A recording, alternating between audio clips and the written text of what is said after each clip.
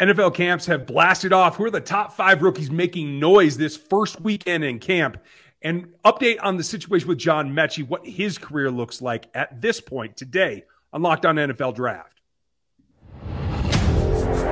You are Locked On NFL Draft, your daily podcast covering the NFL Draft. Part of the Locked On Podcast Network, your team every day.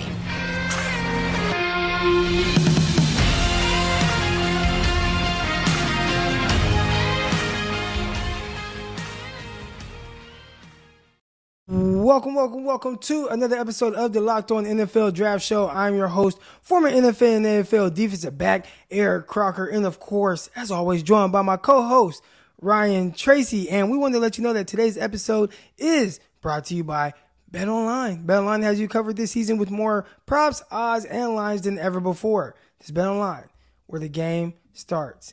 And Ryan, I looked at some of the reviews from the show previously on Apple Music. Mm-hmm. And one person was like, where's Ryan at? The show drags without him. So definitely glad to have Ryan back. There's somebody that definitely appreciates your enthusiasm and the joyfulness that you bring to the show. I definitely appreciate that as well. And I appreciate you for coming up with some of these topics that we're talking about today, starting with rookies. Rookie minicamp, of course, a lot of rookies around the NFL right now are reporting fun times.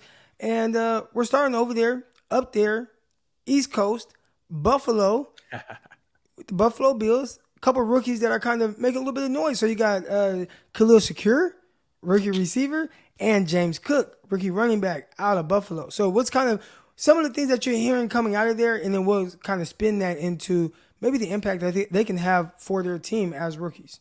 Yeah, absolutely. I mean, the reports so far are really positive on both of them. Maybe Cook a little bit more because he has pretty much a timeshare option right now to be a guy that's on the field as a rookie.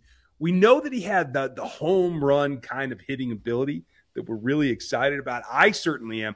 I think that really adds and fills out the Bills' offense. So I'm glad to see that he's getting off to a good start because if he can get rolling, he's got that ability to really add that dimension. Like I don't know that I want to see Josh Allen run options with him, but it would be kind of fun, right? Like I'm pretty sure it's going to work, but that kind of ability to just twist the whole offense from what they're used to, I think he's a little bit ahead of the game and not directly like competing with Shakir, but as a guy that like can get on the field, can get reps, can make an impact right now, and I'm pretty pumped for him. What do you think? Well, I think a lot of people just knew that the running game was lacking.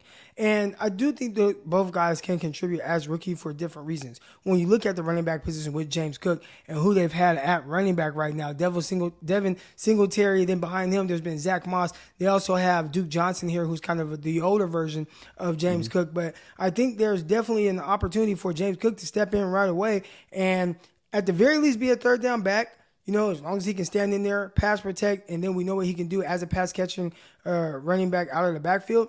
But if he can start to kind of, run between the tackles, and obviously they're going to use him to get him on the edge on the outside. We saw him do a lot of that at Georgia. Then we're talking about someone that has the potential to be a three-down back. I think the bigger thing with me when he was coming out was, like, how big is he going to be? Because he was listed at 5'11", 190 pounds at Georgia, and, they used their running back White more on an every down basis, and then when they did things with, jet sweeps, things like that to get the running back out on the edge, that's when they used Cook. But Cook weighed in at the combine at really 200 pounds. Right. And I'm like, okay, if he can add another 5 to 10 pounds, now we're talking about someone who can maybe take a little bit more of that pounding. So I think he has the ability for sure to be that every down type back if he just adds a little bit more weight. And I hate that I'm telling a player to add weight because I'll be the first one to say, like, don't add too much weight because it takes away from what makes you you. But I do think in the sense of if he wants to be that every down guy, he needs to do that. But they're going to need him to be either a spell back or that change of pace guy because when you look at the running game last year for them, I always go back to that game, and maybe this was an anomaly. Well, it definitely is, but just how lacking their run game could be at times playing against the Tampa Bay Buccaneers. And nobody ran the ball in the first half without the last name being Allen, first name Josh. All right. The only one that carried the rock. And then second half, he still continued to carry the rock more than his running backs. And we kind of saw that, I think, a little bit too much. There was a game in the postseason where they completely were going away from the run game. So I think if they want that to be a more, consistent part of their game, and we'll also see if, was it their offensive coordinator? Was he just pass happy? Obviously, we know he left. He's up there on the East Coast coaching at New York Giants now. So we'll see. But overall, you definitely need that running game to be able to lean on, and they have to get better at that. Yeah, just bring that extra dimension. And Shakir, it looks like he came in. He did have to miss a couple of things in OTA, so this is their first hardcore glimpse of him. But the reports that I'm seeing are that he looks speedy as much, if not better, than he did on film at Boise, and that he's really enveloped the playbook and understands where to be. Now he's practicing, with the two, so he's getting passes from Case Keenum, but he's making the most of them. He's taking the balls, scoring on 7-on-7s and whatever. We know it's not pads and hitting yet, and it's just the start. It's passing phase of camp right now, right? But that's what he needs to do. He needs to show that, hey, I know Emmanuel Sanders isn't here anymore. We got Diggs. We understand that. Gabriel Davis maybe is – everything else is wide open. Khalil Shakir can make an impact on this team today, and he's showing it already.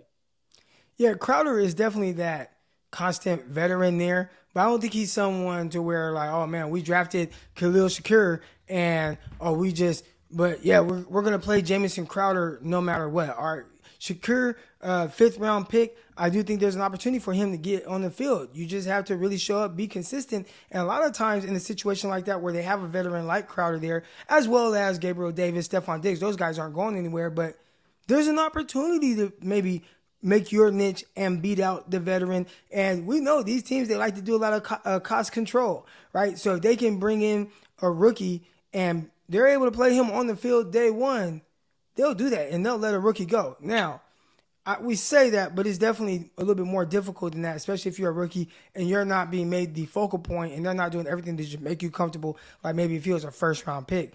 The receiver position, I remember back in my New York Jets days with some of my buddies walking around with flashcards trying to figure out all the site adjustments and all the different things that they were doing and being asked of, and it was a lot different than what they saw in college, understanding, what they're seeing from the defense and breaking off their routes and then being on the same page with their quarterback. So those are all things that Khalil Shakir is definitely going to have to learn. Are they going to speed it up and play him over Jamison Crowder? Maybe not. But if he can at least be that consistent 4th receiver, that's going to be great. They also have a couple other guys. Isaiah McKenzie, we know he's a speedy guy, and they're going to look to get the ball in his hands in little short areas and things like that. They got Marquez Stevenson. He's another guy. So he's a speedster out of Houston. So there are some other players as well who are going to try to figure out, hey, what's my niche going to be and how well can I get acclimated right away? So we're definitely going to keep an eye on those guys and a couple more guys. Rookies making noise up there in Seattle. We're going to talk about those guys and more. But first, we want to let you know about betonline.net and how it's the fastest and easiest way to check in on all of your betting needs. Find all of your sports and events at the #1 online source for odds, lines, and games. Find reviews and news every league, including Major League Baseball, NFL, NBA, NHL, combat sports, esports, and even golf. And right now, the NFL season hasn't started. So if you want to get out on some of these future bets, they have a ton of them. It doesn't get better than what they have over at betonline.net. It continues to be the top online source for all your sports wagering information, from live betting to scores, podcasts, and they have you covered with everything. Head over right now to your mobile device or, to learn more about the action that's happening today. It's BetOnline, where the game starts. All right, guys, we want to thank you for making Locked On NFL Draft your first listen of the day. And now we're getting into the Seattle Seahawks. So what are you hearing from a couple of the offensive linemen up there? They've been looking to improve the O-line. And they had a quarterback back there with Russell Wilson who was able to move around a little bit. And if, trust me, I cover the 49ers. We've seen plenty of Russell Wilson and the magic that he was able to make behind a lot of times what wasn't a great offensive line after the first few years of his career. So they're trying to rebuild that thing. I feel like they've thrown resources out there but haven't found the right guys. They drafted Charles Cross. They also drafted Abraham Lucas out of Washington State. So, what are you hearing about those two guys?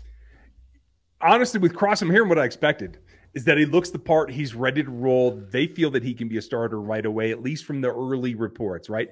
What's surprising to me is that from the same people, one that happens to be up there and around the team is telling me that Abraham Lucas could be a day one starter as well. And to replace both your tackles as rookies, that says two things to me. One, you were in a pretty bad spot at your tackle group before you made this last draft. But also kudos to John Schneider and his group up there for identifying two guys that feel you are mature enough to walk in and learn offense and be ready to roll from day one. It's expected for a first-round pick like Charles Cross, right? We all know that he's super athletic and that he has the tools to do that. But enveloping and ingesting all the playbook, that was something that some folks had some questions about in the pre-draft process, right?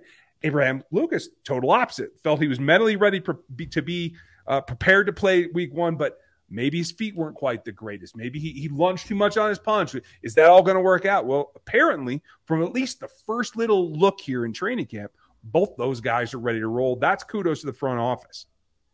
Yeah, Abraham Lucas was a guy who I had a second-round grade on. I really liked him a lot coming out of Washington State. And I'm like, okay, I expect this guy to go round 2. Well, he ended up going round 3, not too late in the round, so probably in the range where a lot of people thought he would go. But this is a guy who they are definitely going to be leaning on to really draft, develop, and see how soon they can get him on the field. He's going to have to beat out a guy. All right, they do have a guy that's going to be playing right tackle right now. They got Jake Kern over there. We'll see if he can hold down that right tackle spot and hold off a guy like Abraham Lucas. But, you talked about some of the positives with Charles Cross. Well, Abraham Lucas, huge guy. Huge guy. We're talking about 6'7", 320-pound tackle. And sometimes when you have tackles that are that tall, you worry about a little bit of the bull rush. You worry about guys being able to kind of get underneath them and win with pad leverage. Well, that was something that I didn't see happen too often over there at Washington State. So I thought for the most part it was kind of the lateral movement ability. But if he can get that down and kind of mirror these edge rushers in the NFC West, I think he's definitely a guy that could potentially be the long-term starter for the Seattle Seahawks. Yeah, and they've got Stone Forsythe as well, who I think that gives them options that you can have a swing tackle that's in position that can kind of support both those young guys. And whether it's week 1 or whether it's week 4, if they both become starters in season 1, swing tackle is going to be ultimately important just in case. So I like the way that they're set up. But there's also one other rookie that's making some noise, and he's your guy. And I don't know if you've seen the reports on him, but I've heard a little bit so far. And shout out to our guy, the host of Locked On Colts, Jake Arthur over there, new to the Locked On Podcast Network. Check him out. Because Alec Pierce, your boy, is starting to make some noise already.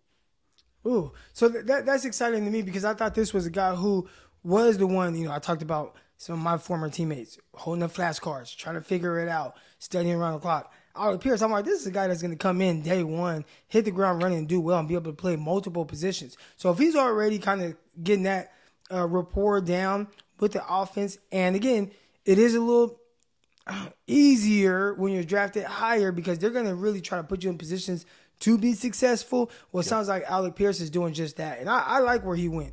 Look, you have Michael Pittman in there. Now you brought in a veteran quarterback with Matt Ryan. Yeah. And now you just need that receiver that can move around a whole lot. Can he play on the outside? Can he play in the slot? This is a guy that can do all that. He gets off the line of scrimmage effortlessly. He has the ability to outrun guys vertically down the field. And if he doesn't outrun you, he's a terrific contested catch type guy. I liked his ability to settle down in zones, show his numbers, and be an easy target for quarterbacks. So the fact that he's kind of clicking right now, early on, got rookie mini camp, training camps, and all that starting up, and we always hear a lot of positives coming out, but this is one that I'm definitely not shocked to hear about. Yeah, man, I think he might be the guy that benefits the most from some maybe possible more YOLO balls from pissed off Matty Ice, and you guys. I know everybody was giving me static earlier in the offseason. Pissed off Matty Ice is what I'm here for. The national media started to come around. They're starting to hear the same thing that I was hearing months ago, that Matt is still angry. And an angry professional that maybe only has 1 or 2 seasons left, he's going to take anything. He's not going to have the normal kind of predilection towards veterans, right? He's going to be like, you're with me, you're here. I don't care if you're a rookie, go do this. Let's get after it. Yeah, Matt Ryan, guy who's towards the end of his career, but I think he stepped into a terrific situation, got a good run game. Defense is going to be solid. Can they get the receivers on the same page and start to be a little bit more scary and dynamic there? If they can do that, watch out for the Indianapolis Colts over there in the AFC South. And we also want to tell you to watch out for another receiver. Really unfortunate news coming out of Houston. We're going to talk about that and more next. But first, we want to talk to you about our friends over at Dave's. And Dave, level with me here. All right, we've all been in a situation at some point in our lives where we need a little help, right? We're tight with cash. And maybe you can afford to put a few dollars in your gas, but you want to fill that thing up. All right, and you're wondering how you're going to afford a gift for someone, or if you're having those type of issues, that's where Dave can help. If you are living paycheck to paycheck, you're struggling to make ends meet, it can be really stressful. We've all been there. We all go through that. All right. And sometimes you have these unexpected expenses that come up. Now Dave can help you get out of that pinch when you really need it. Hindsight is 20/20, and you can't change the past. But right now, if you need a little help from your future self, maybe you'd ask to borrow a little cash. And right now, you can with Dave. Dave is an online banking app right now where you can go and get $500 instantly of extra cash. That's more money to fill up your tank, buy a wedding gift, catch up on bills, or whatever you need it for, or gas with these high gas prices. All right, you can finally tackle those expenses that have been stressing you out without any hangups. There's no interest and there's no credit check. Millions of people have already downloaded the Dave app and got their financial relief that they need with their extra cash. So if you are in a pinch and you need some help, download Dave right now and think of it as a helping hand from your future self. All right, download the Dave app from the App Store. That's DAVE. Sign up for an extra cash account and get up to $500 instantly. For the terms and conditions, go to dave.com/legal. Instant transfer fees apply. Banking provided by Evolve. Member of the FDIC. Your future self will thank you. All right, Ryan, Tracy. Unfortunate news coming out of Houston. And I think it was kind of a shocker when Houston Texans posted this about rookie receiver John Metchie, a guy who I was really excited to see play football, but he's dealing with something a little bit more serious than football. All right, so here's a statement from John Metchie III. Recently, I was diagnosed with APL, acute promyelolytic. Okay, leukemia. There we go. The most curable form of leukemia. I'm currently receiving great medical care, and I'm in good spirits, and I expect to make a recovery at a later point in time. As a result of this diagnosis, I will not be playing football this season. My main focus will be on the health and recovery. Thank you in advance for your support and well wishes. I cannot wait to come back stronger than ever. Again, he doesn't expect to play football this year. And we've seen guys that have had to deal with some of this. James Conner, one of those running back for the Pittsburgh, well, he was with Pittsburgh Steelers when he was drafted, a guy who dealt with having cancer in college, obviously gone on to have a terrific career so far, played very well with the Arizona Cardinals last year. But this is unfortunate. I think sometimes, you and I, we come on here, we talk about prospects every day. Fans, they talk about their players on their team. And I think we view them, or not me, but, a lot of fans view these guys as something different than actual, humans. Yeah. And when you see something like this from John Metchie and the Houston Texans, I think it brings back that human element for a lot of people that, these athletes, just like everyone, they go through a lot of different things. And it's really unfortunate for a guy that's so young. But the good thing about it is, like you said, very curable and potentially can bounce back and play at a future time. Yeah, and if anybody can do it, I believe in him. Nick Saban had some nice words to say about the fact that John's overcome everything that's been put in front of him his entire life. He's Canadian. He came to America on a ride, made a career out of it, obviously with the ACL, which we thought might slow him down anyway. There is precedent for this as well. You mentioned John Conner, great example. David Quesenberry, also from the Houston Texans. Non-Hodgkin's is the common diagnosis there. Same thing with Eric Berry.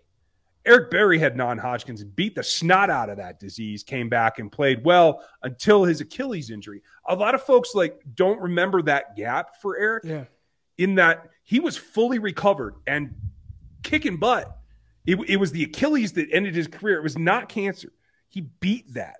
And honestly, one of the best national cancer centers is in Houston, Texas. So he's in a good place to continue his rehab and still be around the facility. Good for him for being drafted and being an NFL employee, getting that kind of support, and hopefully enough that he can tread water, take care of this. It is a beatable disease in today's modern medical world. And I think I will hold out hope. I think he can still come back and have a career in the NFL. All right. So, obviously, a tough situation for Houston Texans, but how will they bounce back for that, right? I mean, he was part of a really good rookie class. You look at their receiver position, they need a lot of help there. And you're like, you know what? John Metchie, that's the perfect guy opposite Cook. And you were just wondering, like, all right, when is Metchie going to come back? Because this was a guy who tore his ACL, and he's recovering from that. And now he has to go through even more adversity. So what does this mean for Davis Mills and the Houston Texans? It's tough. It means Brandon Cooks is your passing offense. I mean, Nico Collins, Philip Dorsett, maybe you can get a little bit of help. I think Chris Conley's a great room guy. I don't know if Chris is a guy that can step up and be a number two. I hope so. I do feel like he still has some untapped potential out there, but it's going to be tough. This makes things for Davis Mills in particular. I think can you get the tight ends involved? Can you shift the offense a little bit and take advantage of some of the athleticism? They just brought in Tegan Quitoriano, who I think has some good athleticism upside there too. They have Brevin and Farrell Brown. There's options there. But I do think this is going to facilitate, like, you can't see it from here, so you got to start twisting a couple things. Yeah, I think the main key here, and we talked about, like, what are they going to lean on? Obviously, you talked about Brandon Cooks. And Nico Collins, all right, it's time, right? Guy out of Michigan, you're not a rookie anymore. Time to step it up. But Brevin Jordan out of Miami, looking at that tight end, I think if anyone can really help kind of take a lot of pressure off of young quarterback Davis Mills, I think it's Brevin Jordan. Coming out of Miami, this was a guy who I'm like, okay, big time talent, has pass catching ability, really like him. Now, you're a young quarterback. He's going to count on you to have to be really good. So I'm excited for Davis Mills. And do you have any thoughts on Davis Mills and maybe your expectations of him heading into the season? My expectation was a big step forward because of Pep Hamilton's presence, or continued. Yeah. I think he can continue down that path, is what I mean to say, is that Davis had a good start, but he's got to continue to progress.